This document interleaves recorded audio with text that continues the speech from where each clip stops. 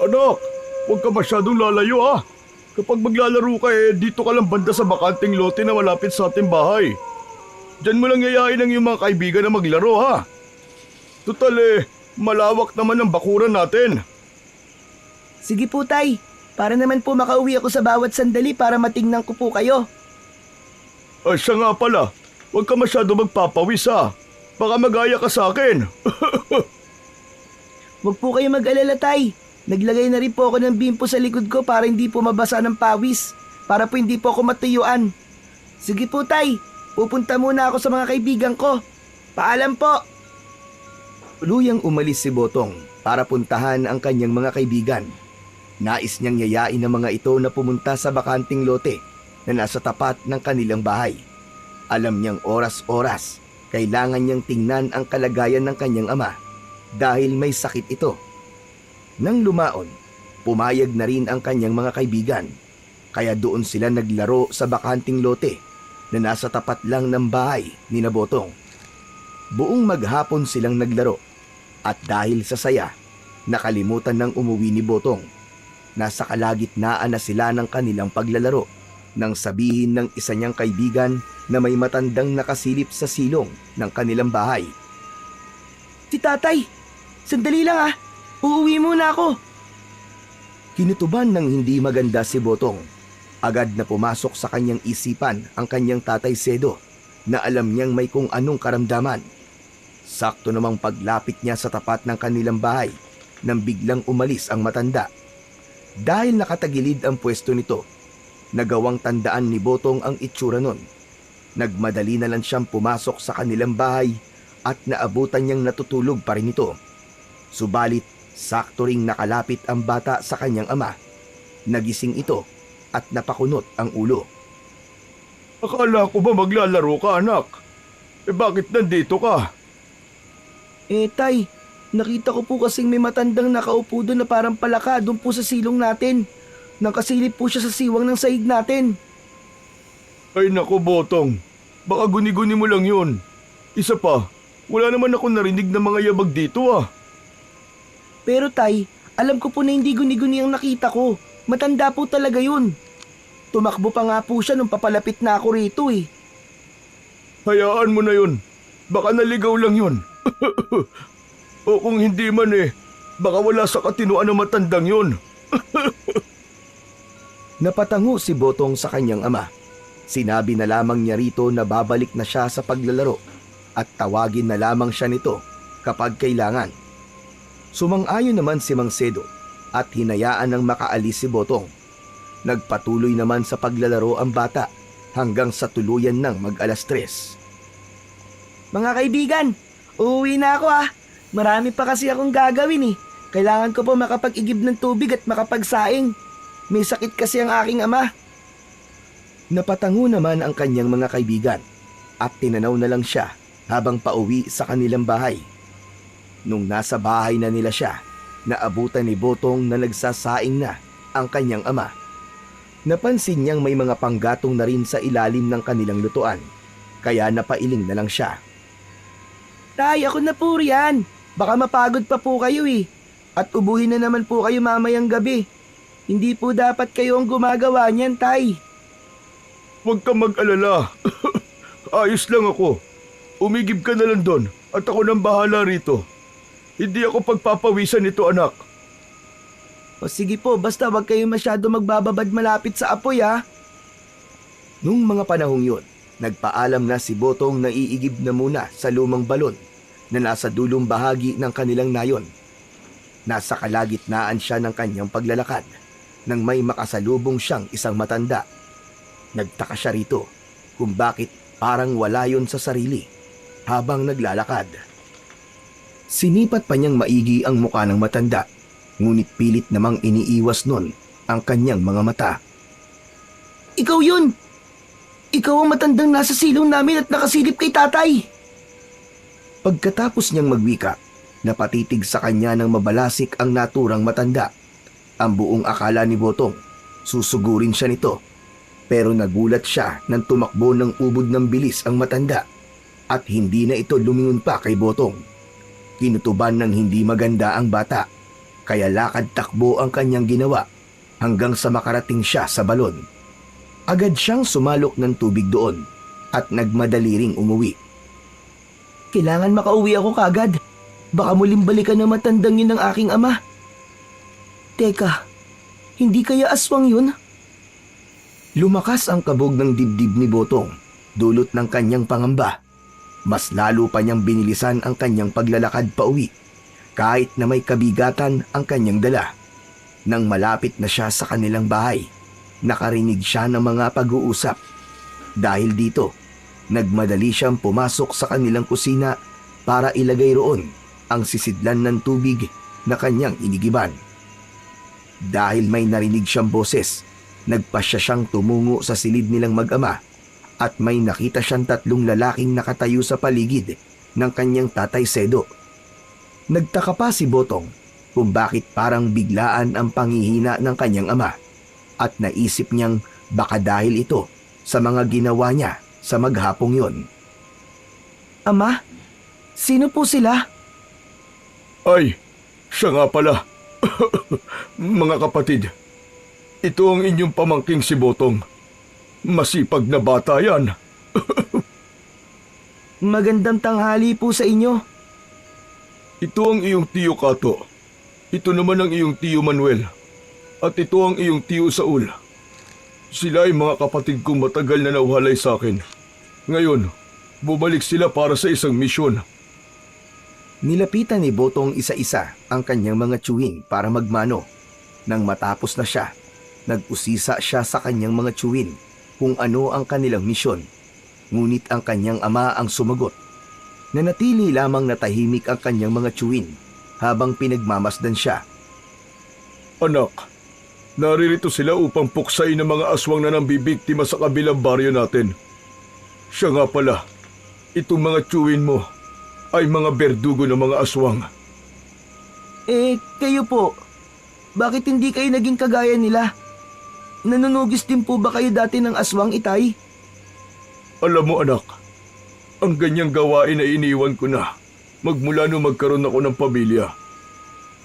Ayokong isakripisyo kayo ng iyong ina. Yun nga lang, maaga siyang kinuha sa atin. Kung nandirito lang sana siya. Bakit po? Wala po ba mga pamilya ang 3 kong tiyuhin? Napangiti na lang ang 3 tiyuhin ni Botong at saka napailing. Dahil sa bigat ng kanilang gampanin, mas pinili nilang wag nang mag-asawa. Marahil kung nag-asawa man sila, panigurado magiging kagaya ko rin ang kanilang kapalaran. Bakit naman po? Dahil tiyak na tutugisin sila ng mga aswang at ang kanilang mga asawa at anak ang pagbabalingan ng mga yon kung hindi nila makikita ang mga tiyo mo. Nagkwentuhan sila patungkol sa kanilang mga naging buhay. Nung malaman naman nilang nagkasakit si Sedo, nabahala ang 3 niyang mga kapatid dahil paniguradong magiging lapitin ito ng mga aswang. Natatakot nga rin po ako, mga tiyo, sa kalagayan po ni tatay ngayon. Nung nakaraan nga lang po, may nahuli po akong isang matandang nakasilip sa kanya mula sa silong ng bahay po namin. Tapos po nang umigib po ako ng tubig, nakasalubong ko pa po yung matandang yon. Ibang-iba po ang kanyang itsura at kilos. Kakaiba po talaga. Nang malaman ng 3 ang patungkol sa matanda, sinabi nilang pipirmi na muna sila sa bahay ni Sedo ng ilang araw. Kinakailangan nilang pangalagaan ang kanilang kapatid, lalo pa at meron itong sakit at banta mula sa mga aswang na umaaligid. Kinagabihan, pagkatapos nilang maghapunan, nagpaalam ang 3 magkakapatid na roronda lamang sa paligid. Naiwan naman sa kanilang bahay sina Sedo at Botong habang inaantabayanan ang pagbabalik ng 3. Itay, hindi po ba natatakot si Tiyo sa aswang? Bakit po nagagawa nilang tugisin ang mga yon? Hindi sila natatakot. Dahil alam nilang kaya nilang lumaban sa mga aswang. Ang tapang naman po nila. Hindi kaya meron po silang mga agimat?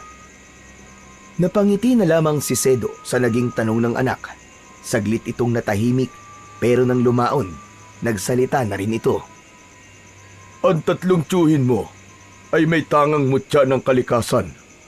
Kaya kahit na anong panganib pa ang kanilang susuungin, hindi sila natatakot. Ang tiyo Kato mo ay may mutya ng lupa. Ang tiyo Manuel mo naman ay may mutya ng hangin. At ang tiyo Saul mo ay may mutya mula sa tubig. Napanganga naman si Botong sa kanyang nalaman. Hindi niya inaasahang may mga ganoong taglay pala ang kanyang mga tiyo. Kayo po, meron po ba kayong taglay? Napangiti na lamang si Sedo sa naging tanong ng kanyang anak. Hindi niya sinagot ang naging tanong nito. Sa halip, niyaya niya si Botong na matulog na lamang. Wala namang nagawa ang bata sapagkat ramdam din niya ang pagod dahil sa paglalaro niya at pag-iigib ng tubig. Nasa kahimbingan na siya ng kanyang pagtulog nang makarinig siya ng mga ingay sa labas ng kanilang bahay.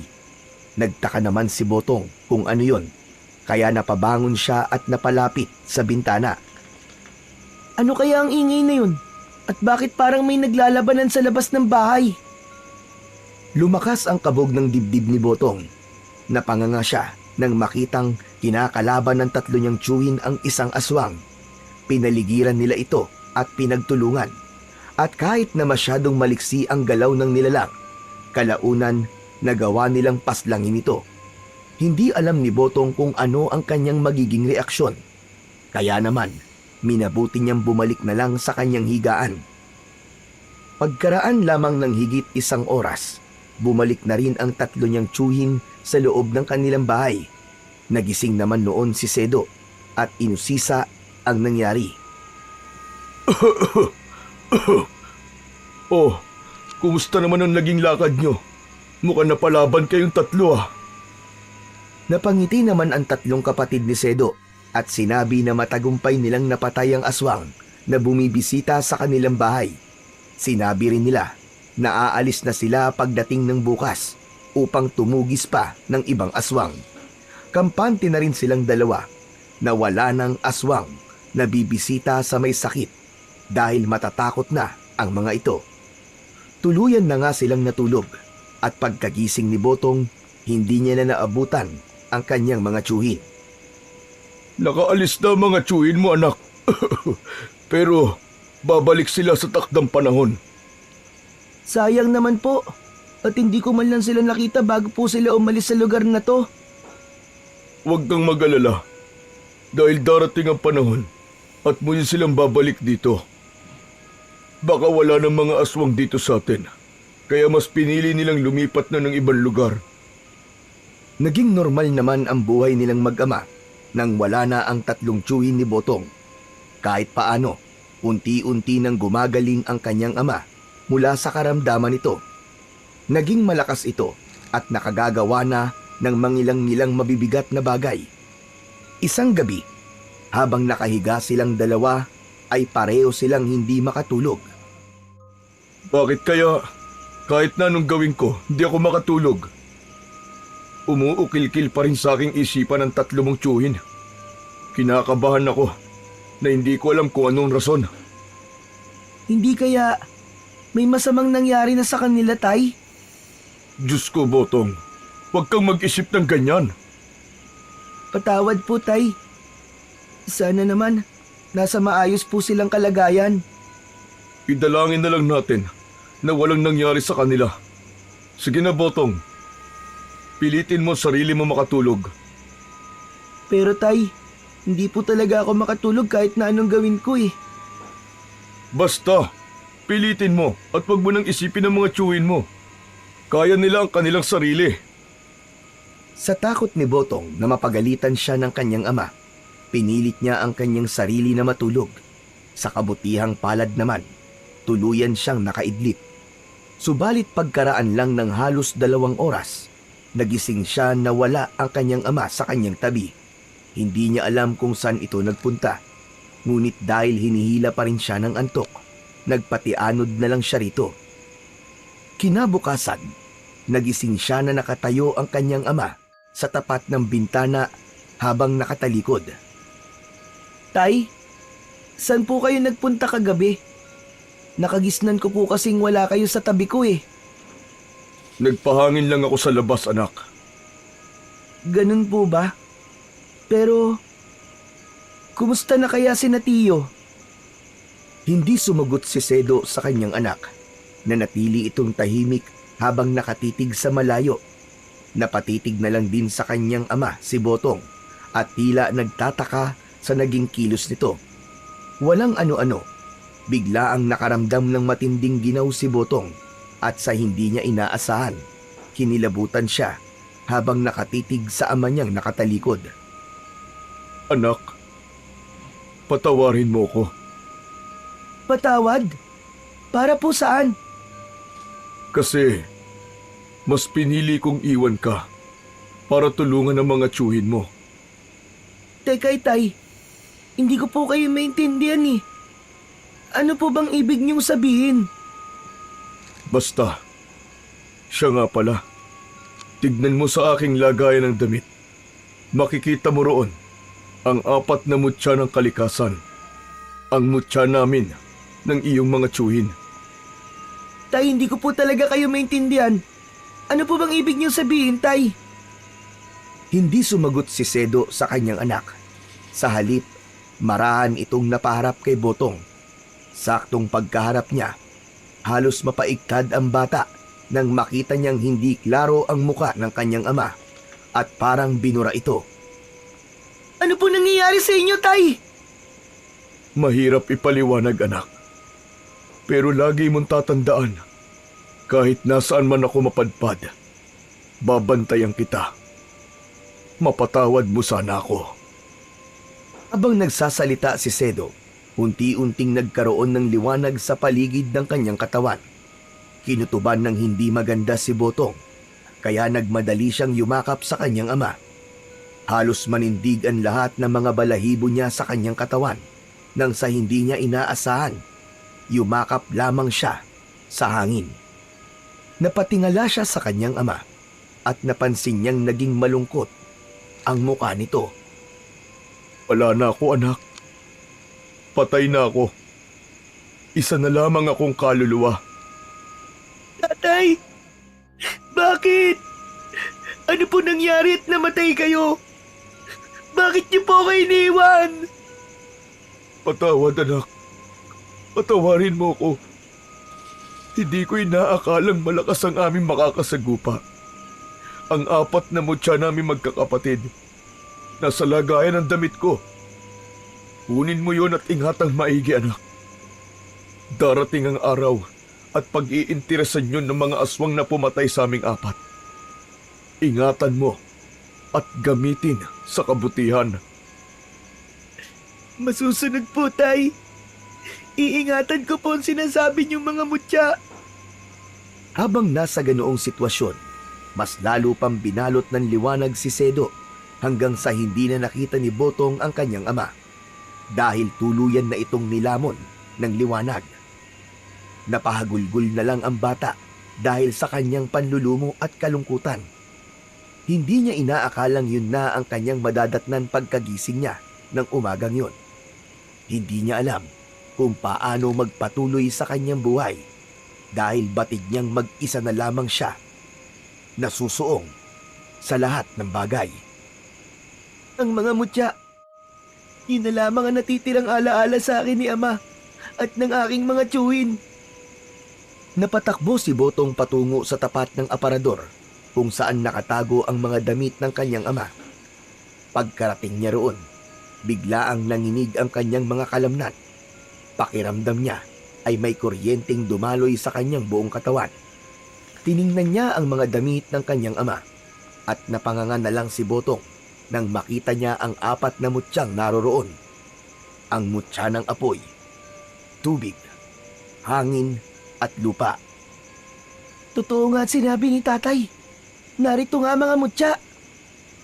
Nung una, nag-aalangan pa si Botong na hawakan yon. Ngunit habang tumatagal ang pagtitig niya ron, tila hinihikayat siya ng 4 na mutya para hawakan sila. Bunsod nito, sinubukan niyang kunin ang 4 at nung pagsama-samahin niya ito sa kanyang palad, bigla ang naging iba ang kanyang pakiramdam. Tila naglalaban ang mga enerhiya nun, kaya naisip niyang ihiwalay ang bawat mutya.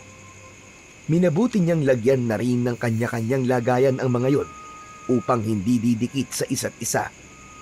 Hindi na nagawa pang mahanap ni Botong ang bangkay ng kanyang ama at mga tiyuhin. Magmula rin nun, namuhay siya at itinaguyod ang kanyang sarili ng mag-isa. Isang gabi, Ano kaya itong nangyayari sa akin? Bakit parang hindi ako mapakali? nakaramdam ng kakaiba si Botong. Kahit na anong gawin niya, hindi siya makatulog. Dahil dito, nagpasya na lang siyang magpahangin sa labas. Nang mga panahong yon, ginawa na niyang kwintas ang 4 na mutya ng kanyang ama at mga tiyuhin. Saktong pagkalabas niya ng kanilang bahay, agad niyang napansin na parang may pumipintig sa kanyang ulo at maging sa mga kalamnan niya. Dahil dito, nagpasya siyang makiramdam sa paligid habang nagpapahangin. Ano kayang meron sa bahaging yan ng sagingan? Parang may mga tao nagtatago riyan. At nakamasid dito ah. Dulot ng kanyang pagkakuryoso, marahan siyang naglakad doon. Alam niyang dahil sa tinataglay niyang mutya ng tubig at lupa, magkakaroon siya ng bertud ng tagabulag. Habang naglalakad siya patungo roon, napansin niyang umiinit ang kanyang pakiramdam. Babala ito ng mutya ng apoy. Paniguradong may pangalib na nakaamba para sa akin. Hindi niya pinansin ang mga napapansin niyang pagbabago sa kanyang katawan. Nagpatuloy siya sa kanyang paglalakad hanggang sa makarating siya sa tapat ng sagingan. Akmang papasok na sana siya roon nang sa hindi niya inaasahan. Nakarinig siya ng pagkaluskos na animoy tumatakas. Hinayaan na lamang niya yun, pero nang makita niya ang nilalang na tumatakbo palayo, naisipan niyang sundan ito. Sa tulong naman ng bertud na tinataglay ng mutya ng hangin, naging mabilis ang kanyang pagtakbo. Nagawa niyang abutan ang nilalang, pero nag-alangan siyang magpakita roon, kahit na parang may tumutulak sa kanya na hamunin ang aswang. Hindi, kinakailangan kong mag-ingat. Paniguradong may mga kasama to. Ramdam kong ibang presensya kanina. Naisip niyang marahil isang pain lamang yun at malagay pa siya sa alanganin. Bunsod nito, napagpasyahan niyang bumalik na lang sa kanyang bahay. Nasa kalagitnaan na siya ng kanyang paglalakad nang sa hindi niya inaasahan, biglaan siyang nakaramdam ng kakaibang init sa kanyang katawan. Alam niyang may peligro sa paligid, kaya nagmatsyag siya. Walang ano-ano, may narinig siyang tinig ng isang babae na nanghihingi ng tulong. Tulong! Tulungan niyo ako! Hinarang ako ng mga aswang dito! Saklala! Pamilyar ang tinig na yun kay Botong at alam niyang si Aling Merced yun na taga-kabilang baryo nila. Dahil alam niyang nanghihingi ng tulong ang ali, iginala ni Botong ang kanyang paningin sa paligid para makahanap ng magiging armas niya. Dahil sa tawag ng pangangailangan, nagkaroon siya ng lakas ng loob at hindi na inisip na isa lamang siyang bata. Kalaunan, may nahanap siyang isang baging na halos kasinlaki ng kanyang hinlalaki. Kinuha niya yon. Saka patakbong hinanap ang kinaroroonan ni Aling Merced. Aling Merced! Nasaan po kayo? Ano po nangyari sa inyo? Dito! Dito sa masukal na bahagi ng daanan! Tulungan mo ako! Maawa ka! Sandali lamang po! Papunta na po ako dyan!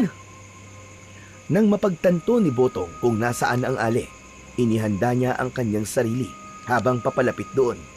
Maging ang mga mutsyang tangan niya ay naglabas din ng kakaibang puwersa. Kaya naman, mas lalo pang lumakas ang loob ni Botong. Nang medyo malapit na siya sa masukal na daanan, nagulat siya at panandaliang natigilan. May narinig siyang kaluskos, kaya naisip niyang baka inaabangan siya ng aswang. Hinawakan na lang niya ng mahigpit ang baging upang magamit ito bilang latigo kung sakali. Saktong pagkalapit niya roon, lumabas mula sa kasukalan ang 2 nilalang na mabalahibo ang katawan at nagbabaga ang mga mata. Mga aswang! Anong ginawa niyo kay Aling Merced? Nasaan siya? Nandito ako! Aray! Mag-iingat ka sa kanila! Huling inulit ni Botong ang kanyang tanong sa dalawang aswang, pero napangisi lang sila at nagsimulang maglaway habang nakatitig sa kanya.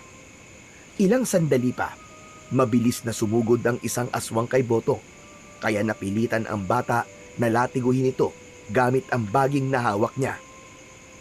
Anong ginawa niyo kay Aling Merced? Sagot!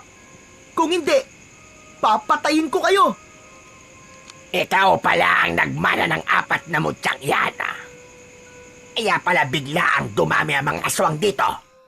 Nagkaroon tuloy kami ng kakompetensya. Ibigay mo sa amin yan. Ano ka, siniswerte? Hindi ko ibibigay sa inyo to. Alam kong gagamitin nyo lang to sa kasamaan. Hindi to nararapat sa inyo, mga pangit! Kung gayon, dapat kang mamatay. Kapag nakain na namin ang atay mo at laman loob, makukuha na namin ang mga mutyang yan. Hindi sumagot si Botong. Sa halip, nilatigo niya ang naturang aswang, kaya napahiyaw yun at namalipit ng dahil sa sakit.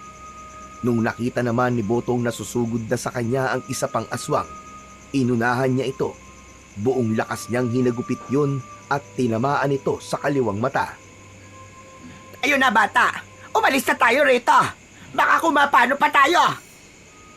Sandali lang po! Hindi nagawang lumapit ni Botong sa kinaroroonan ng ali. Biglaan siyang nilapitan ng dalawa at inambahang susunggaban. Subalit, nasa ganoong sitwasyon sila nang sa hindi nila inaasahan. Nagliwanag bigla ang mutya ng apoy at parang naging isa itong maliit na bolang apoy. Sa hindi inaasahan ni Botong, nasilaw ang dalawang aswang sa liwanag na nagmumula roon. Kaya nagkaroon siya ng pagkakataon para tumakas. Lumapit siya sa kinaroroonan ni Aling Merced at napagtanto niyang buntis pala ito. Hindi na po sana kayo umuwi ng ganitong oras, Aling Merced. Alam naman po niyo na delikado ang daan ngayon. Marami po mga aswang na kumakalat sa paligid. Hindi ko rin kasi akalain na gagabihin ako. Nawili kasi ako sa pakikipagkwentuhan sa aking mga kaibigan. Teka, hindi ba't ikaw ang anak ni Sedo? Hindi pa ba umuuwi ang tatay mo? Napatango na lang si Botong. Biglaan siyang nalungkot sa naging tanong ng ali at hindi niya alam kung paano ito sasagutin. Saka na lang po natin pag-usapan yan.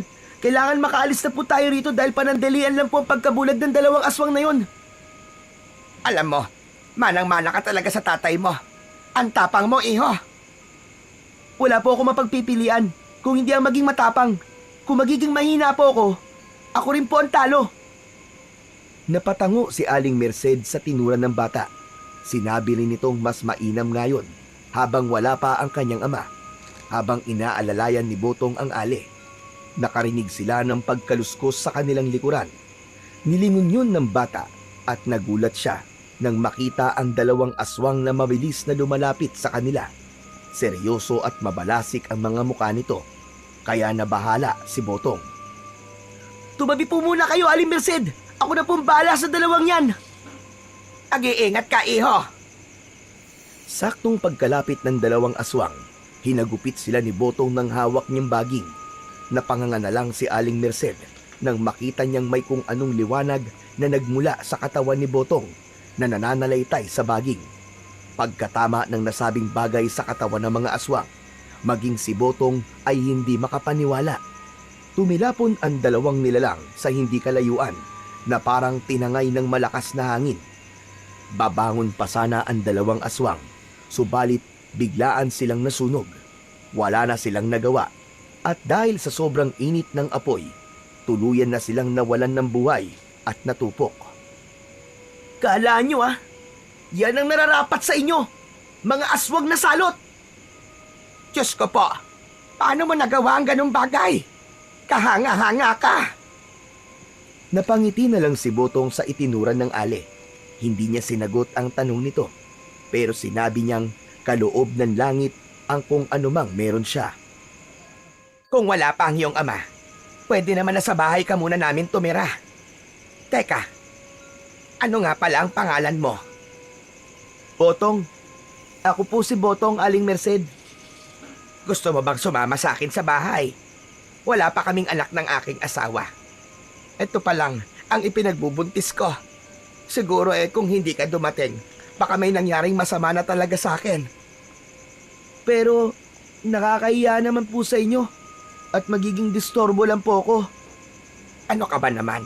Hindi ka magiging distorbo. Mauunawaan ng aking asawa yon. At marahil ay pati siya magpapasalamat sa iyong ginawa.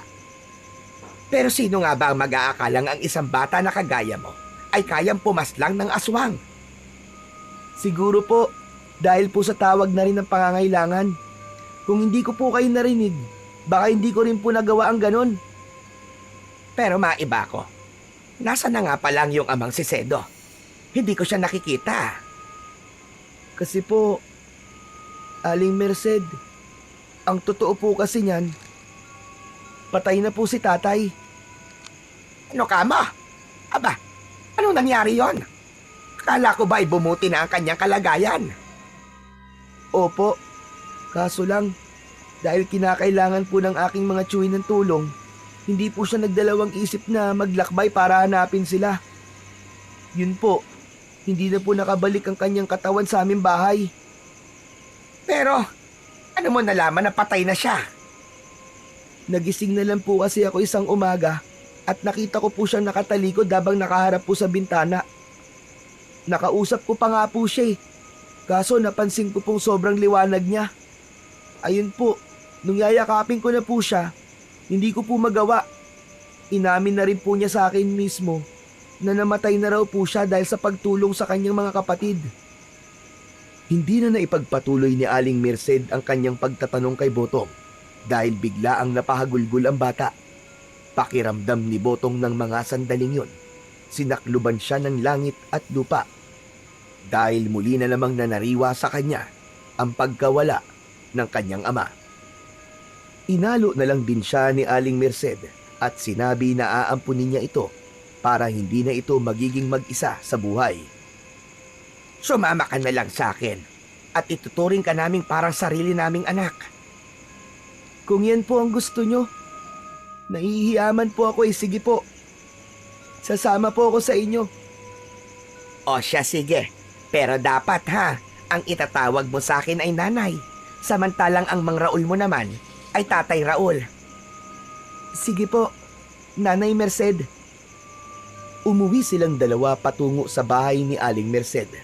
Nung naroroon na sila, nagtaka pa si Mang Raul na asawa niya kung bakit umuwi pa ito ng ganung oras. Sana doon ka na lang natulog. Alam mo naman delikado ang panahon ngayon Abay, hindi ko rin kasi akalaing gagabihin ako sa daan, ano? Ay, siya nga pala, Raul. Ito ang anak ni Sedo, si Botong. Oh, Botong, kumusta ang tatay mo? Ano nga pala sadya mo rito? Wala na po si tatay. Namatay na po siya. Kaya't magmula ngayon, Raul, dito na siya titira sa atin. Tayo na ang magsisilbi niyang mga magulang. Ipinaliwanag ni Aling Merced sa kanyang asawa kung ano ang nangyari.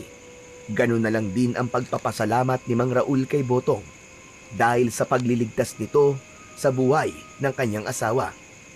Dahil sa nangyari, pumayag si Mang Raul sa kung anumang sinabi ni Aling Merced sa kanya.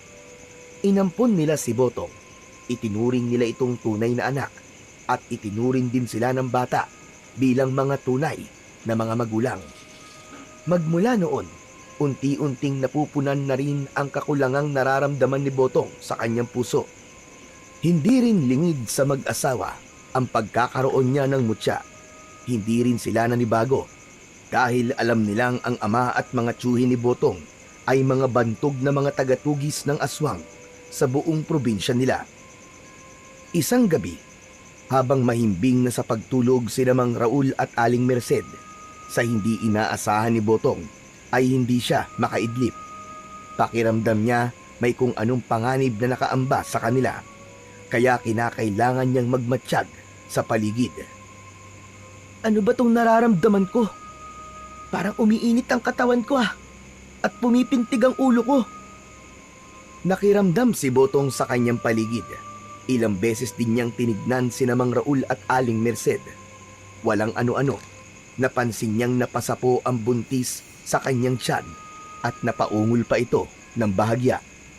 Habang nasa ganoong sitwasyon, may napansin siyang parang tumutulong likido sa tiyan ng ali. Dahil dito, sinipat ni Botong ang atip ng kanilang bahay at napanganga siya nang makitang may siwang doon at merong nakasilip. Paniguradong aswang yan. Tatay Raul, gising po muna kayo. Meron pong aswang sa ibabaw ng bubong. Sa kabutihang palad, nagising kagad si Mang Raul dahil katabi lang din nito ang kanyang itak. Napabangon siyang hawak ito. Nasa bubong pa ba ang aswang? Opo, basa nga po ang tiyan ni Nanay Merced dahil sa laway niya. Sige, samahan mo ako sa labas at itataboy natin ang aswang na yan. Napatango si Botong kay Mang Raul. Kinuha na rin ito ang baging na minsan niyang ginamit para protektahan si Aling Merced. Noong mga panahong yun, umiinit ang kanyang mga mutya, kaya naisip ni Botong na may panganib nga sa paligid. Lumabas sila ng kanilang bahay. Nag-antabay siya sa paligid, samantalang ang kanyang tatay Raul naman umakyat sa bubong. Hoy aswang! Lubayan mo ang asawa ko! Kung hindi, dito ka sa bubong na to mamamatay! Iwinasiwas ni Mang Raul ang kanyang itak habang marahang lumalapit sa kinaroroonan ng aswang. Tumigil naman ang nilalang na yun sa kanyang ginagawa at humarap ito kay Mang Raul. Hindi naman natinag ang asawa ni Aling Merced at nagpatuloy ito sa paglapit sa aswang habang inihahanda ang kanyang itak. Walang ano-ano, bigla ang napaatras ang aswang, saka lumundag ito paibaba. Botong! Naririyan na ang aswang! Opo, Tatay Raul, kaharap ko po siya ngayon. Bumaba ka na lang po rito para hindi siya makatakas. Saktong pagkabagsak ng aswang sa lupa, mabilis siyang nilapitan ni Botong nang makita naman niya ang mutya ng bata. Napangisi ang aswang at animoy nananabik na makuha yon. Subalit ng ilang hakbang na lang ang layo niya mula kay Botong, nilatigo ito ng bata. Napaungol ang aswang dahil sa paghagupit sa kanya ni Botong at nabalisa pa iyon na parang may kung anong hindi magandang nangyayari sa kanya. Muli pa sana itong susugod, pero bago pa man magawa yun ng aswang, uminit na ng gusto ang mga mutya ni Botong.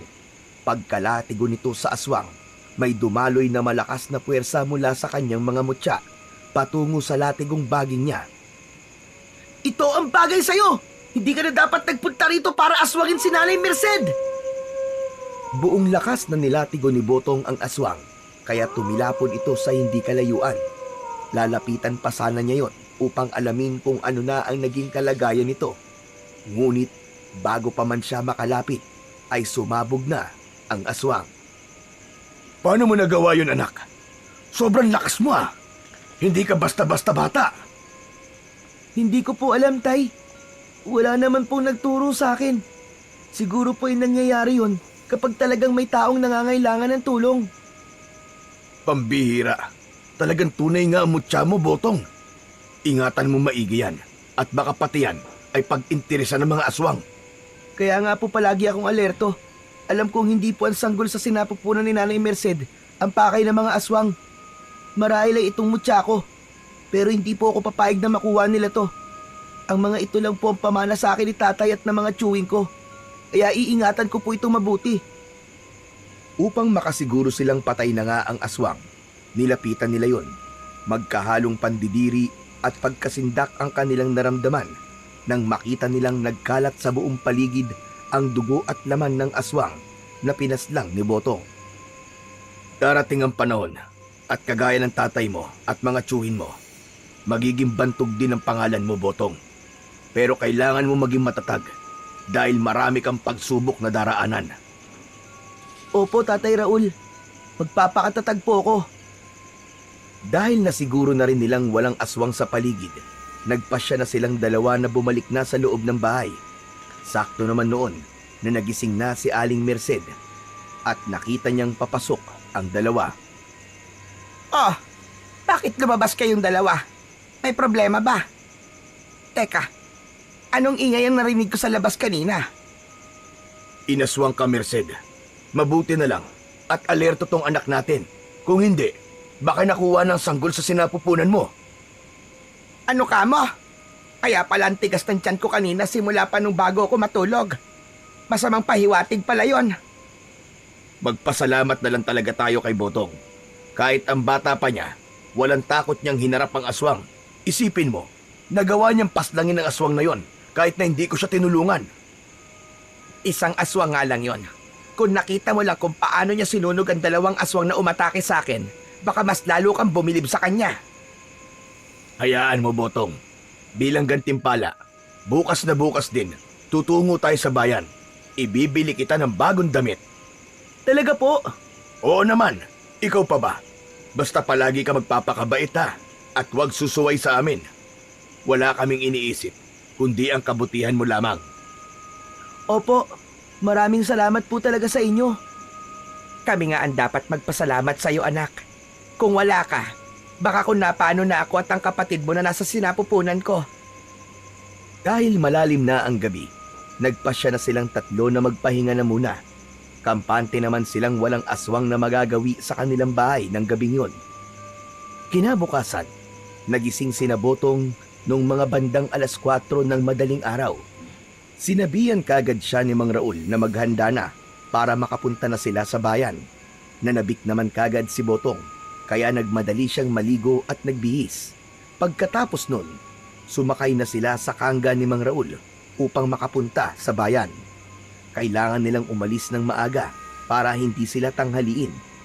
Nasa kalagitnaan na sila ng kanilang paglalakbay patungo sa bayan nang sa hindi inaasahan ni Botong, nakaramdam siya ng kakaibang init sa kanyang katawan. Tatay Raul, mas maigi po siguro kung liliis po tayo ng daanan. Hindi kasi maganda ang kutob ko sa daraanan natin to eh. Sige, akong bahala. Medyo mas malayo nga lang ang dadaanan natin. Pero ayos lang yon. Hindi kasi maganda ang kutob ko. Parang may pangalib na nakaabang sa atin. Medyo madilim pa ang paligid. Kaya hindi natin malalaman kung ano naghihintay sa atin doon. Kaya siguro pati itong kalabaw ko, parang nababalisa na rin. Buti't sinabi mo. Nagpatuloy sila sa kanilang paglalakbay patungo sa bayan. Pagkarating nila roon, bagong latag ang halos lahat ng paninda at walang gaanong namimili. Dahil dito, nagkaroon sila ng pagkakataon para busisiin ang mga bibili nila. Kagaya ng sabi ni Mang Raul, pinilhan niya ng bagong damit si Botong. Maraming salamat po rito, Tatay Raul. Ang ganda po ng damit na to. Walang anuman, Botong. Para naman may bago kang damit. Pabalik-balik na kasi ang damit mo eh. Nang matapos na sila sa kanilang pamimili, nagpasya na silang dalawa na umuwi. Muli silang sumakay sa kangga at nagsimula ng maglakbay patungo sa kanilang baryo. Nang malapit na sila sa daanan kung saan sila lumihis nung patungong bayan, pareho silang nagtaka kung bakit may mga taong naroroon. Dahil dito, minabuti nilang dalawa na mag-usisa muna kung ano ang naroroon. Huwag ka nang tumingin, Botong. May bangkay ng lalaki. Wakwak ang tiyan at wala ng mga lamang loob. Ibig pong sabihin, biktima ng aswang? Tama po ba? Oo, tama ka. At marahil kung hindi mo sinabi sa akin kanina na lumihis tayo ng daan, baka tayo pa nakasagupa ng aswang na yan. Buti na lang talaga. Alerto ka, Botong. Kaya po pala sobrang init ng mutya ko kanina. May nakaamba palang panganib sa atin. Minabuti nilang dalawa na magpatuloy na sa pag-uwi sa kanilang nayon. Nang madaanan nila ang bangkay, sinubukan pang silipin yun ni Botong. Agad siyang nakaramdam ng awa sa lalaking pinaslang ng aswang dahil walang kalaban-laban ito. Kailangan may gawin ako. Hindi pa pwedeng magasik ng lagim ang mga aswang dito sa aming bayan. Hindi maaari. Siguro kung buhay pa sina tatay at tiyo, pupuksain nila ang mga aswang na nambibiktima. Pero wala na silang lahat. Ako na lang ang may kakayahang gawin yon. May sinasabi ka ba, Botong? Wala po. Akala ko kasi may kung ano kang binubulong eh. Nagpatuloy sila sa kanilang paglalakad hanggang sa makarating na sila sa kanilang nayon. Dahil gising na si Aling Merced, nakapaghanda na ito ng kanilang agahan. Ipinakita naman ni Botong ang kanilang pinamili at natuwa naman ang ale. Sa susunod, kapag ako naman na mamamalengke, bibilan din kita ng damit. Talaga po, Nanay Merced? Oo naman, bakit ang Tatay Raul mo lang ba may kakayahang ibili ka ng damit? Hindi naman po. Salamat po sa inyo ah. Kahit na hindi niyo po ako tunay na anak, itinuring niyo pa rin po akong kadugo. Huwag mong isiping hindi ka namin kadugo. Sa mga puso namin, anak ka namin ng Nanay Merced mo. Napangiti si Botong sa sinabi ng kanyang Tatay Raul. Napayakap na lang siya sa dalawa at nagpasalamat. Matapos ang maikli nilang usapan, nagpasya silang kumain na muna ng agahan. Pagkatapos nito, sumama at tumulong si Botong kay Mang Raul sa bukid hanggang sa dumating ang hapon. Kailangan umuwi na tayo. Hapon at ilang sandali na lamang magdidilim na ang paligid. Delikado ang panahon ngayon. Alam mo naman yun, Botong. Oo nga po eh. Paniguradong may mga gumagalang aswang ngayon sa mga kanayunan. Yan nga ang problema. Kaya kailangan talaga natin mag-ingat. Humanda talaga sa akin ang mga aswang na yun. Hindi ko sila aatrasan kung makakasagupa ko sila. Huwag mo nang asamin na makasagupa sila. Piliin mo na lang ang tahimik na buhay. Hindi mo lang alam kung gaano kahirap ang napagdaanan ng mga tsuin at ng tatay mo nung sila'y nabubuhay pa. Bakit po? Alam po ba niyo mga naging karanasan nila? Panandali ang naging tahimik si Mang Raul sa naging tanong ni Botong. Bumuntong hininga ito, saka napatitig sa malayo. Hindi mo na itatanong. Magkakasama kami dati. Pero kagaya ng tatay mo, mas pinili ko magkaroon ng tahimik na buhay. Siguro, ngayong wala na ang iyong ama, responsibilidad na kita bilang dating kasamahan niya. Kaya kung paano nila ako kinupkup dati, ay ganun din ang gagawin namin sa'yo. Kung gayon po, alam po niyo kung ano nangyari kina tatay? Oo, pero wag mo nang isipin yon. Kahit na anong gawin natin, hindi na natin maibabalik ang buhay nila. Piliin na lang natin ang kapayapaan.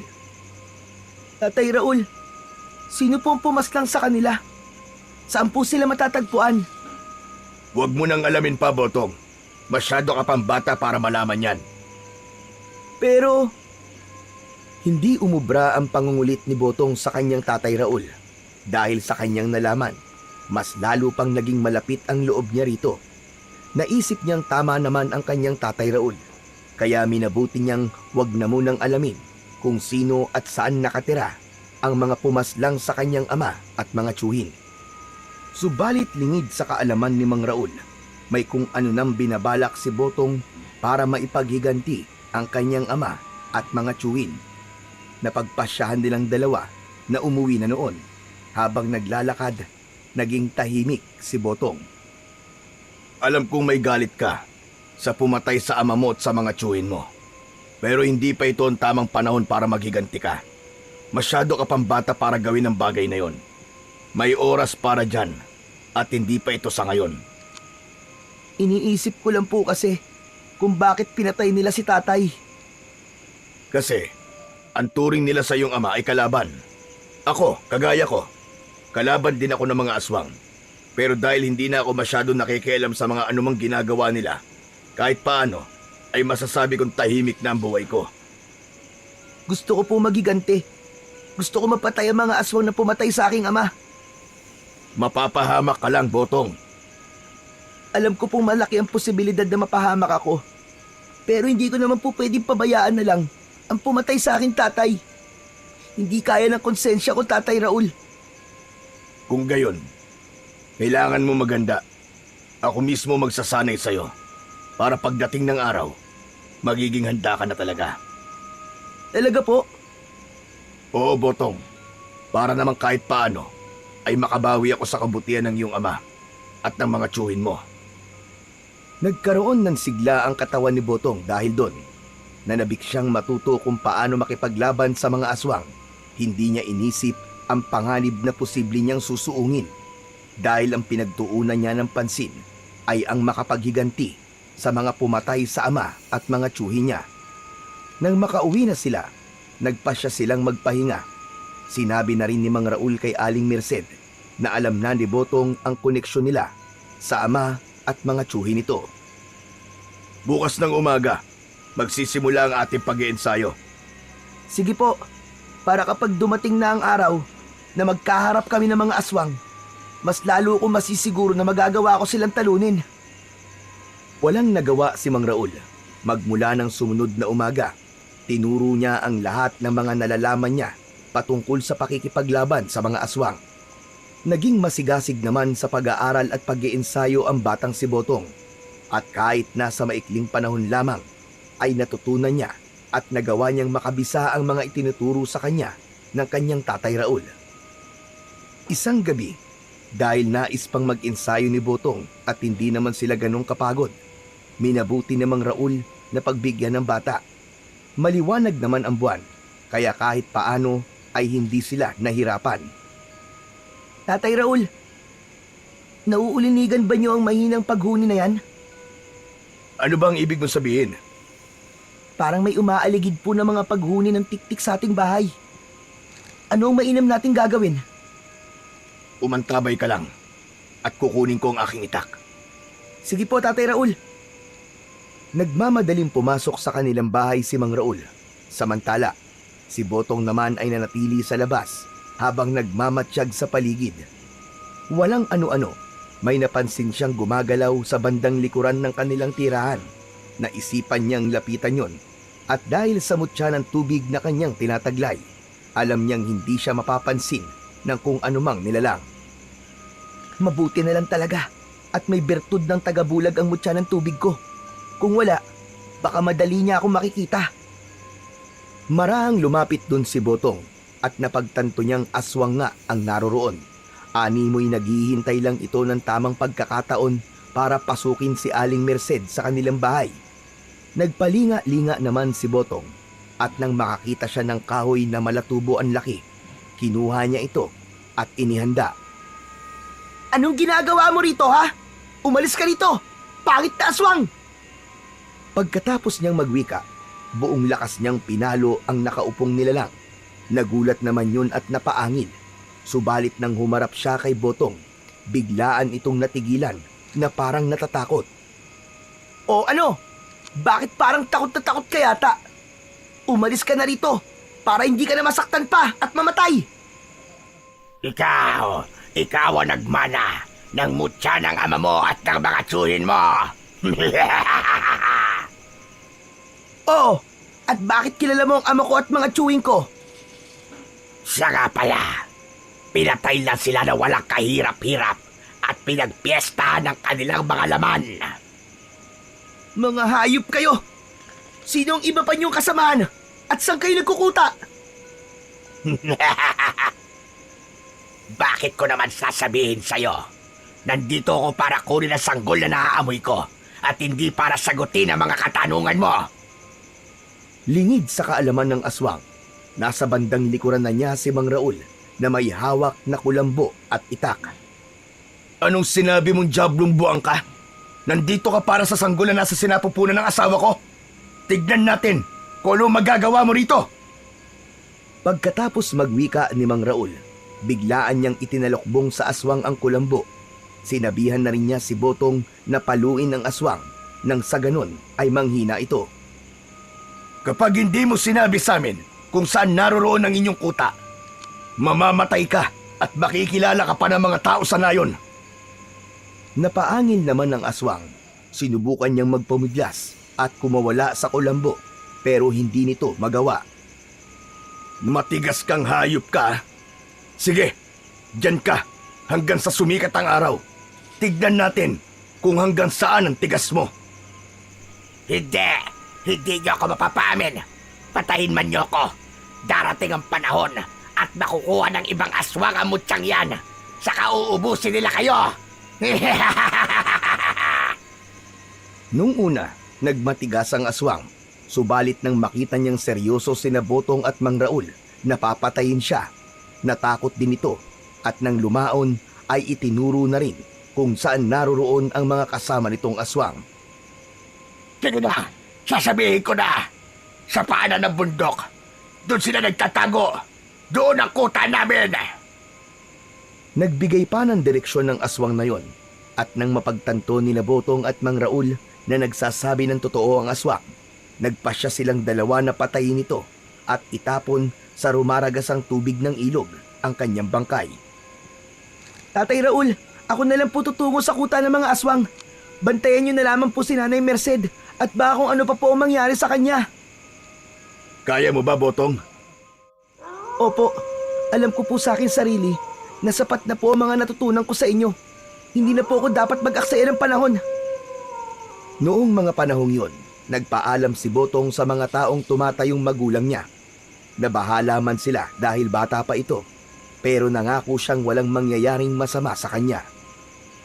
Huwag po kayo mag-alala, Nanay Merced, Tatay Raul. Alam kong hindi ako pababayaan ng aking mga mutya. Siguro, ginagabayan din po ako ni na tatay at mga tiyo ko. Walang nagawa ang mag-asawa kundi ang payagan si Botong sa kanyang binabalak. Pinaalalahanan na lang nila itong mag-ingat sa kanyang gagawin. Malaki rin ang tiwala ni Mang Raul sa bata na kaya niyang ubusin ang mga aswang dahil may tinatago itong lakas na nagmumula sa 4 na mutyang tangan niya. Hindi na rin inaksaya pa ni Botong ang kanyang oras at nagsimula na siyang maglakbay. Ilang araw at gabi ang kanyang ginugol at ang tanging dala niya ay ang mga mutya niya, itak at ang baging na minsan niyang ginamit laban sa mga aswang. Sa kabutihang palad, sa buong oras ng naging paglalakbay niya, hindi siya nakaramdam ng gutom o uhaw. Madilim na ang paligid nung nakarating siya sa kuta, kaya minabuti niyang ihanda ang kanyang sarili. Lalabas ako rito ng buhay. Ipaghihiganti ko ang aking ama at mga tiyuhin. Sa tulong ng bertud ng tagabulag, nakapasok siya sa kuta ng mga aswang. Dahil alam niyang hindi siya pwedeng mag-aksaya ng panahon, kinuha ni Botong ang isang sulo at walang pagdadalawang isip na siniliban ang mga kubo roon. Naghiyawan naman ang mga taga roon at dahil sa pagkataranta, hindi nila nalaman kung sino ang may gawa ng pagkasunog na yon. Walang ano-ano, sa hindi inaasahan ni Botong, ay may mga aswang na nakakita sa pagsunog sana niya ng huling kubo. Mapangas kang bata ka! Sino nagdala sa'yo rito? Ako lang, bakit? At nandirito ko para maningil. Wala kaming utang sa'yo, bata. Umuwi ka na kung ayaw mo maging pagkain namin. Pagkatapos magwika ng aswang na yon, lahat sila ay nagpalit ng anyo sa mabalahibong nilalang. Pinaligiran nila si Botong, kaya inihanda ng bata ang kanyang latigong gawa sa baging. Nagsimula na ring magpakita ng reaksyon ang suot niyang mga mutya, kaya alam niyang protektado siya. Sino yung pinag-aaksayahan nyo ng oras? Napayuko ang mga aswang bilang pagsaludo, kaya ibinaling ni Botong ang kanyang pansin sa paparating. Napalunok siya ng kanyang laway, pero kahit katiting ay hindi siya nakaramdam ng takot. Nanginig ang kanyang buong kalamnan dahil sa matinding galit na kanyang nararamdaman. Ako lang naman ang anak ng isa sa 4 niyong pinaslang. Ah, ikaw pala. Anong ginagawa mo rito? Gusto mo rin bang matulad sa ama mo at sa iyong mga tsuhin? Nandirito ako para singilin kayo. Pagkatapos niyang magwika, buong lakas niyang hinagupit ng baging ang pinunong aswang. Nakita yun ng mga aswang, kaya mabilis silang sumugod kay Botong. Hindi naman nagpatinag ang bata at hinambalos din sila nito. Pagbabayaran mo ang ginawa mong ito sa akin. Wala kang galang. Ang mga kagaya nyo ay hindi dapat ginagalang. Ang dapat sa inyo, pinapatay. Sige, pagpira-pira sa inyo ang katawan ng batang yan. Ngunit huwag niyong pakikialaman ang hiyas na nakakwintas sa kanya. Dahil akin yan. Sa hudyat ng kanilang pinuno, sinugod na mga aswang si Botong. Nung una, medyo nababahala pa si Botong. Ngunit nang nilukob na siya ng enerhiyang nagmumula sa kanyang mga mutya, nawala ang lahat ng pangamba niya't napalitan ng lakas ng loob. Ang bawat aswang na lumalapit sa kanya ay walang pagdadalawang isip niyang nilalatigo gamit ang baging. Dapat sa inyong lahat, mamatay at masunog sa impyerno! Dahil sa nag-ibayo niyang lakas, nagliwanag ang mga mutyang kanyang tangan. Ang liwanag na ito ay nagmistulang apoy na dumaloy patungo sa baging na hawak niya. Nung makita ng mga aswang yon, nag-alangan silang sumugod. Subalit dahil sa utos ng kanilang pinuno, wala silang nagawa kundi atakihin ang batang si Botong. Sa bawat paglapit ng aswang, walang habas itong nilalatigo ng bata. Ang dulot ng enerhiya na mula sa mga mutya, tumilapon ang mga ito at sumasabog sa ere. Nang lumaon, nagkalat sa paligid ang mga laman at buto ng aswang. Dumanak din sa lupa ang kanilang mga dugo. Yan lang ba ang kaya mo? Bakit hindi mo subukan sa akin? Ito, pustahan tayo. Kung magagawa mo kong talunin, makakalabas ka ng buhay rito. Ngunit kung ako mananalo, kakainin ko ang atay at puso mo at kukunin ko ang mga mutya mo. Sige, hindi ako natatakot sa kagaya mo. Tignan na lang natin kung sino ang mamamatay sa ating dalawa. Buong lakas na nilatigo ni Botong ang pinuno ng mga aswang. Subalit, ganun na lang ang kanyang gulat nang malaman niyang walang naging epekto rito ang baging. At sa hindi inaasahan ng bata, nagawa pang agawin ng pinuno ng mga aswang ang hawak niya sa pamamagitan lamang ng kamay nito at nagawa siyang ibalibag sa lupa. Ang hina mo pala. Kung sa bagay, isa ka lamang bata na napadpad dito. Diyan ka nagkakamali, hayop ka! Pagkatapos magwika ni Botong ng mga salitang yon, hinugot niya ang kanyang itak at mabilis na sumugod sa pinuno ng mga aswang. Dahil sa bertud ng hangin na nagmumula sa kanyang mutya, naging maliksi ang kanyang paggalaw.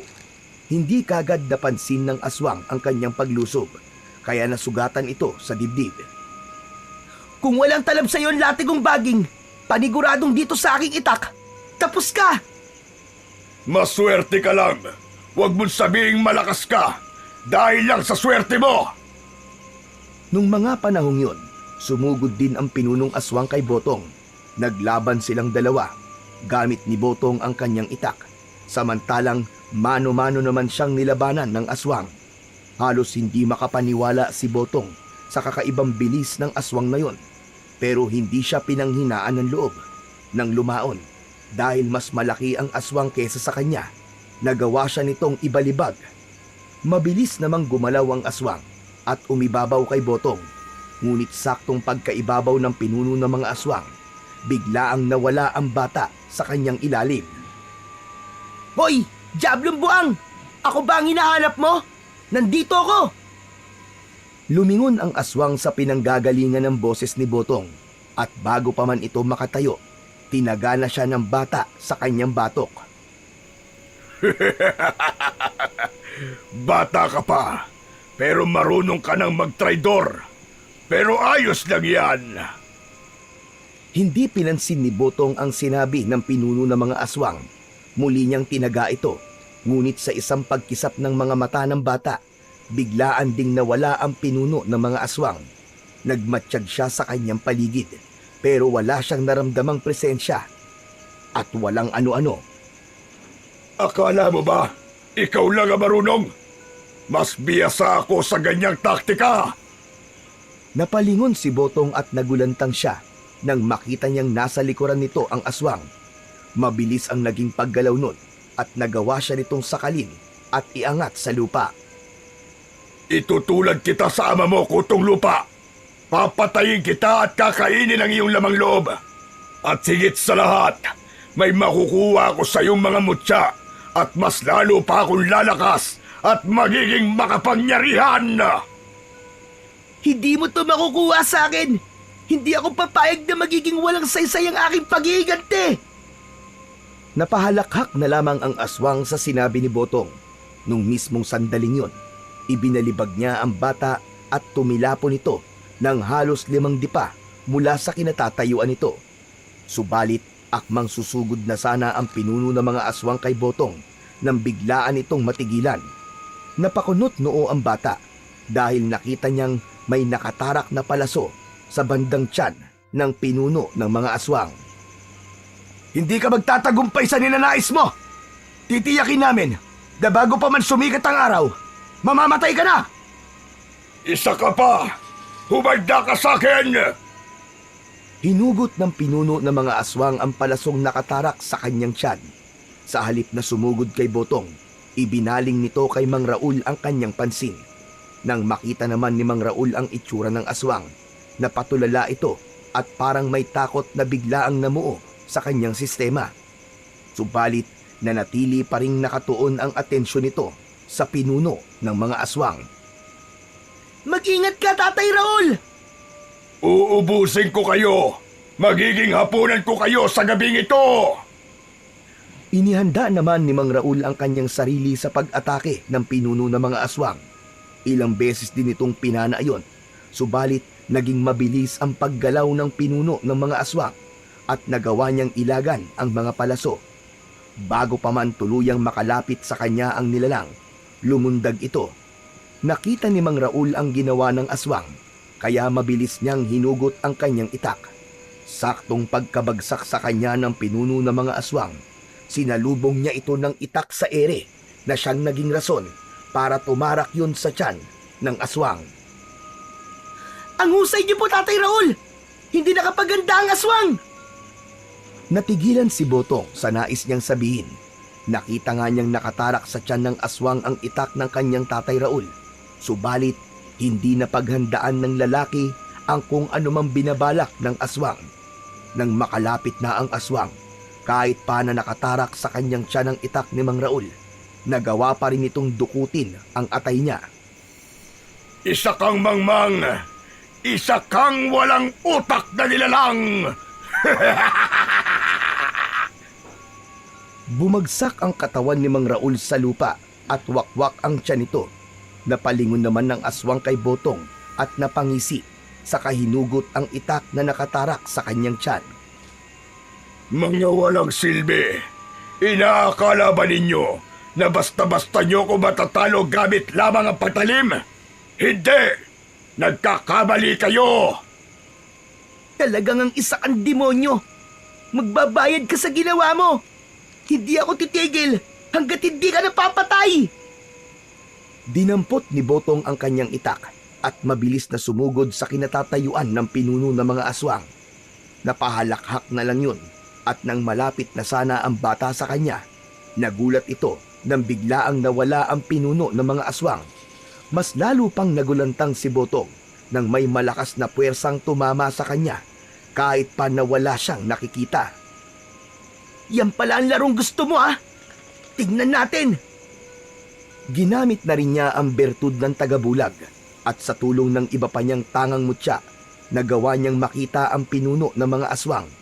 Agad-agad niya itong sinugod at bago pa man makapaghanda ang nilalang na yon, nagawa na siyang lapitan ni Botong.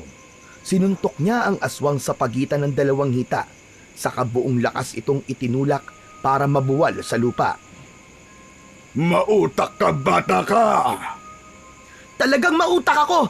Hindi kagaya mo!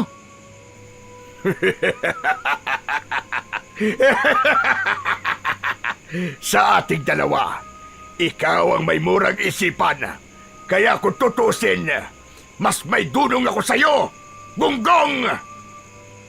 Nang mga panahong yon, napakuyom ng kanyang palad si Botong. Humugot siya ng kanyang lakas at bago pa man makalapag ang aswang, buong lakas niyang sinuntok ito. Dahil sa puwersang dumaloy sa kanyang kamao, nag-ibayo ang kanyang lakas. Ito ang nararapat sa'yo! Saktong pagkasuntok ni Botong sa pinuno ng mga aswang na nasa ilalim niya, biglaan siyang nakarinig ng pagtawa sa kanyang likuran. Ganun na lang ang pagkagulat niya nang mapagtanto niyang mga tuyong dahon lamang pala ang kanyang sinuntok. Dahil sa lakas niya at sa bisa ng bertud ng apoy, nasunog ang mga dahon.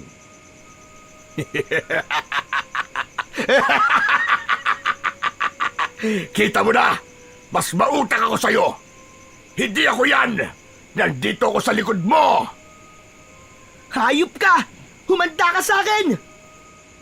Ibinaling ni Botong ang kanyang pansin sa likuran niya at napagtanto niyang naroroon nga ang pinuno ng mga aswang.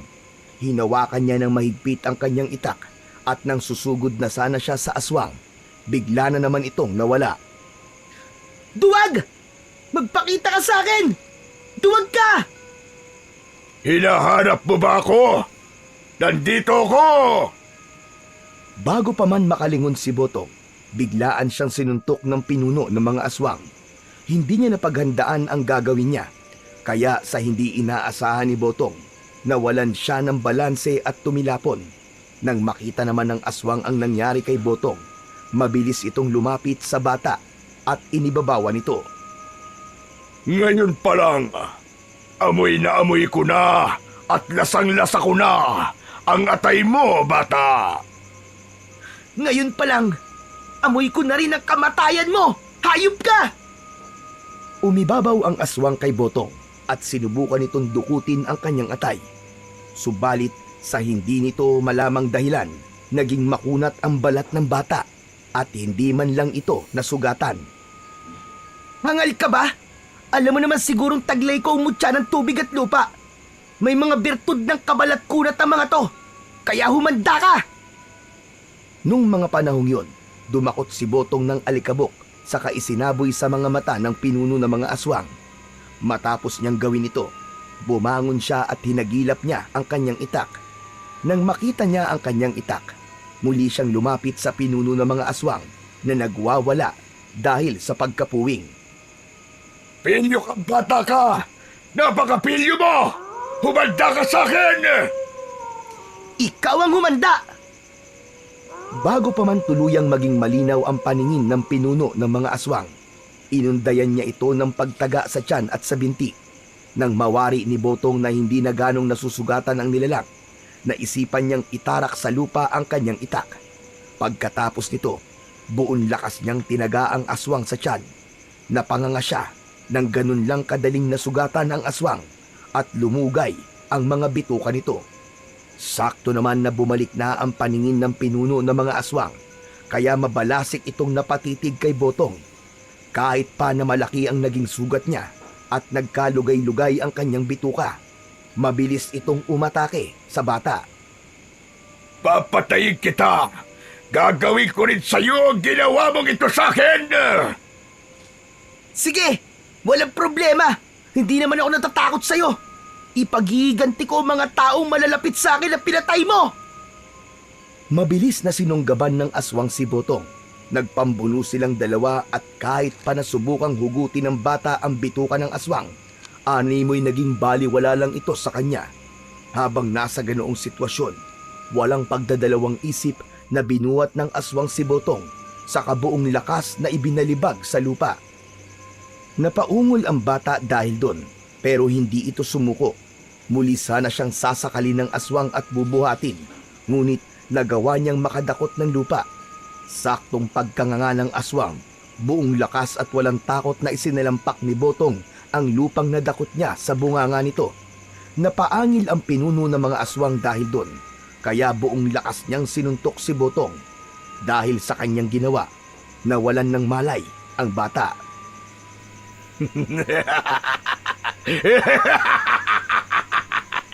Ngayon, magagawa ko na kung ano man ang aking nais. Kapag wala kang mutya, wala ka na rin pangontra sa iyong katawan. Pwede na kitang lantakan! Hinaladkad ng pinuno ng mga aswang si Botong. Dahil naman sa ginawa nun, nagising si Botong. Subalit, minabuti niyang wag nang ipaalam sa aswang na bumalik na ang kanyang ulirat. Kailangan kong mapastang ang aswang na ito. Dahil kung hindi, paniguradong ako ang kanyang papatayin. Habang kinakaladkad siya, nagkataon na nakapanya ang baging na siyang ginamit niya bilang armas laban sa mga aswang.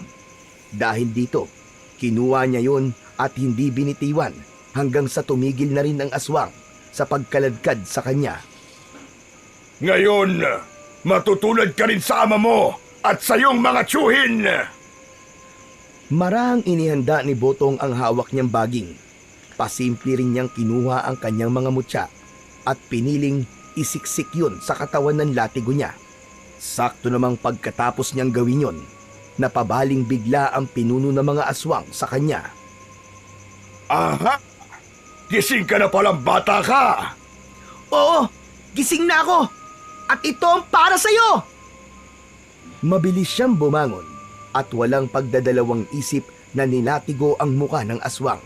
Pagkalapat ng dulo ng baging sa muka ng aswang, animoy nagkaroon ito ng malakas na kuryente na naging rason para tumilapon ang aswang. Agad na bumangon ang aswang at nang makita yon ni Botong, napatakbo siya para sugurin ito. Nung medyo malapit na siya sa pinuno ng mga aswang, hinambalos niya ito ng baging, kaya muling nabuwal ang nilalang. Akala mo ba'y malakas ka? Bakit parang humina na yata ang tuhod mo? Hayop ka bata ka! Ano ang ginawa mo sa akin? Simple lang naman. Ilang beses na nilatigo ni Botong ang pinuno ng mga aswang hanggang sa tuluyan itong mapahandusay sa lupa. Ibinaon ko sa baging na to ang mga mutya. Kaya namnamin mo ang mga hagupit ng kalikasan sa pamamagitan ng latigong ito. Hayop ka! Kinagalit mo talaga ako! Pagkatapos magwika ng aswang, unti-unti itong nagpalit ng anyo at naging isang malaking ahas. Nagbabaga ang mga mata nito at meron itong palong. Kita niya rin ang pangil nito, kaya napagtanto niyang napakadelikado ng ganong nilalang. Kakainin kita at wala kong ititira kahit pa ang mga buto mo! Hindi mangyayari yan. Dahil ngayon pa lang, mamamatay ka na. Ito na ang katapusan mo. Humugot ng buong lakas niya si Botong at binalak niyang itarak sa katawan ng dambuhalang ahas ang bahagi ng baging na hawak niya. Subalit ganun na lamang ang kanyang pagkagulat nang bigla siyang nilulun ng ahas na yon. Palabasin mo ako rito! Hoy! Iluwa mo ako rito! Pilit siyang kumakawala, ngunit hindi niya magawa dahil napakadulas ng lalamunan ng ahas. Ilang sandali pa, unti-unti siyang dumausdos. Alam ni Botong na katapusan na niya ng mga panahong yon. Subalit nakita niya sa balat ng tiyan ng naturang nilalang ang mukha ng kanyang ama at mga tiyo. Napakapit siya roon para hindi siya madaling mahulog. Hindi ako pwedeng sumuko. Ipaghihiganti ko kayo kahit na ano pa man ang mangyari. Nang mga sandaling yon, naisipan niyang itapon ang hawak niyang baging sa likidong naroroon sa tiyan ng ahas. Hindi man niya alam kung ano ang magiging kahihinatnan nito, pero isinugal niya ang kanyang huling alas. Nang mahulog na niya ang baging sa mainit na likidong naroroon, bigla yung bumula at tila nag-alboroto yon. Napansin din ni Botong na nagwawala ang aswang, kaya kumapit siya ng maigi para hindi siya dumiretso sa likidong nasa tiyan ng ahas. Walang ano-ano, bigla ang sumabog ng malakas ang ahas, kaya nakawala siya roon. Tapos na. Naipaghiganti ko na kayo, Ama. Nagawa ko na, mga tiyo. Tatay Raul. Ngayon, wala na ang aswang na pumaslang sa inyo. Bumangon siya at tiningnan ang katawan ng aswang. Napailing na lamang siya nang mapagtanto niyang nagkalasog-lasog pala ito. Nang makita niya ang apat na mutya, dinampot niya yon, saka nagpasalamat ng buong puso. Mga mutya ng kalikasan. Kung di dahil sa inyo, ay baka namatay na ako. At hindi ko magagawang ipaghiganti ang pagkamatay ng ama ko at ng mga tiyuhin ko. Maraming salamat. Habang nasa ganoong sitwasyon, umihip ang malamig na hangin. Sa pag-aakalang may iba pa siyang kalaban, iginala niya ang kanyang paningin sa paligid. Magkahalong tuwa at lungkot ang kanyang naramdaman nang makita niya ang kaluluwa ng kanyang ama, Tatay Raul at ng tatlo niyang tiyuhin. Nakangiti sila sa kanya at kumakaway. Parang may kung ano rin silang nais sabihin, pero hindi niya kayang marinig kung anuman ang kanilang sinasabi. Alam kong ginabayan niyo ako sa labang to. Ngayon, magiging tahimik na kayo. Dahil hindi kayang dali ni Botong ang bangkay ng kanyang tatay Raul, nagpasya siyang sunugin na lang ito. Nang matapos ito, umuwi siya sa bahay ni na Aling Merced, saka sinabi ang masamang balita. Tawa ko! Paano na lang ako ngayong wala ka? Patawad po kung wala po ako nagawa, Nanay Merced. Patawad po at hindi ko siya nailigtas. Pero ngayong wala na po si Tatay Raul, huwag po kayo mag-alala. Gagawin ko po ang lahat. Hindi ko po kayo iiwan. Tutulong po ako sa inyo. Napayakap na lang si Aling Merced kay Botong at pareho silang napahagulgol. Magmula noon, kahit na bata pa lang siya, natutong magtrabaho si Botong. Inalagaan niya ang kanyang nanay Merced at maging ang anak nitong itinuring niya ng tunay na kapatid. Maraming salamat sa iyo, Botong, iho. Kahit na hindi ka namin kadugo, minahal mo pa rin kami at inalagaan. Maaari pong hindi niyo ako kadugo, pero higit pa po sa kadugo ang turing ko sa inyo. Pamilya po tayo, Nanay. Pamilya. Ang gabing yun ang naging huling pag-uusap ni na Botong at Aling Merced. Kinabukasan, nabigla na lang si Botong. Wala na ang kanyang nanay Merced. Hindi na ito humihinga at wala ng pulso. Wala siyang nagawa kung hindi ang tanggapin na lang ang naging kapalaran nito. Magmula noon, itinuon na lamang ni Botong ang pansin niya sa pag-aalaga sa kanyang kapatid. Hanggang sa lumipas pa ang ilang taon, napagdesisyonan ni Botong na mag-asawa na. Umalis siya sa probinsyang yon at pinilit na kalimutan ang masalimuot na karanasan niya sa buhay. Tumungo sila sa syudad para mamuhay ng normal. Subalit hanggang ngayon, itinatago pa rin niya ang 4 na mutya ng kalikasan na nagpapaalala sa kanya ng katapangang ginawa ng ama at mga tiyuhi niya nung labanan nila ang mga aswang. Kung naririto ka lang sana, Tatay Sedo, paniguradong matutuwa ka sa mga apo mo. Masisigla sila at makukulit. Sana, kung nasaan man kayo ngayon, ay masaya na kayo. Dahil nakamit nyo na ang hustisya. Alam kong nangungulila ka sa iyong ama. Pero alam ko rin na nasa mabuting kalagayan na siya. Malay mo, nakamasid pala siya sa atin. Basta, lagi mong tatandaan, mahal kita at mahal ko rin ang ating mga anak. Salamat, Lisa. Asawa ko. Binigyan mo ako ng bagong pag-asa. Hindi ko alam kung paano ako babawi sa inyo. Basta pinapangako ko, gagawin ko ang lahat ng aking makakaya para maitaguyod ko kayo. Nagyakapan na lang ang mag-asawa at napatitig sa kanilang mga anak na himbing sa pagkakatulog. Dahil pareho silang pagod sa buong araw na pagtatrabaho, natulog sila habang nasa ganoong sitwasyon. Kahit paano, napawi ang pangungulila ni Botong dahil sa kanyang asawa at mga anak. Hanggang sa paglipas ng mga taon, lumaking malulusog at malalakas ang 4 na anak ni Botong at Lisa. Wala ring aswang pa ang gumambala o sumunod sa kanila sa syudad. Tumanda na rin ang mag-asawa, pero sariwa pa rin kay Botong ang alaala ng pakikipaglaban niya sa mga aswang. At para mapangalagaan ang 4 na mutya, ipinamana niya ito sa kanyang mga anak at itinuro sa mga yun ang taglay na kapangyarihan ng bawat isa. Upang nang sa gayon ay maipagtanggol nila ang kanilang sarili laban sa masasamang loob at wala ring makapagsasabi kung kailan muli babalik ang mga aswang na muling maghahasik ng kasamaan at kilabot sa taong bayan. Naniniwala si Botong na sa pamamagitan ng 4 na mutya ng kalikasan na ipinamana niya sa kanyang 4 na anak, ay palaging mangingibabaw ang kabutihan at hustisya laban sa kasamaan tungo sa kapayapaan.